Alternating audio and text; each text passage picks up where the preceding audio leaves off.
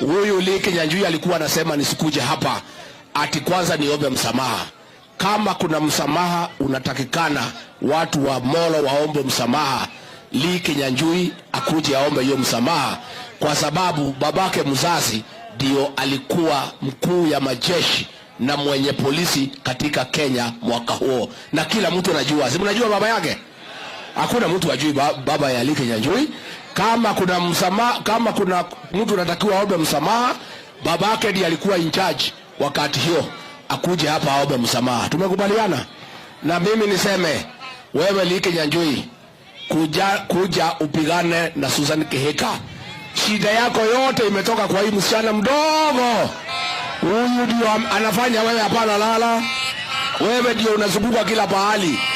Your problem is here with Susan Kihika. Come and deal with your real problem. Me, I'm on another league. I am in the national politics. Mimi nilipewa running mate. Wewe ulifanya interview ukakuwa namba 10. You cannot be in my league. Come and face Susan Kihika. She is a cause of your sleepless nights. That is why you are unsettled. Wewe kama uko na shida, kuja pambana na huyu mrembo. Na huyu mrembo amepagana na raia, atakunyorosha asubuhi. Amepagana na raia. Wewe ulisahau raia. Hakuna kazi umefanya. Umekuwa ukifuata kitendawili. Ground ilienda, si ground ilienda?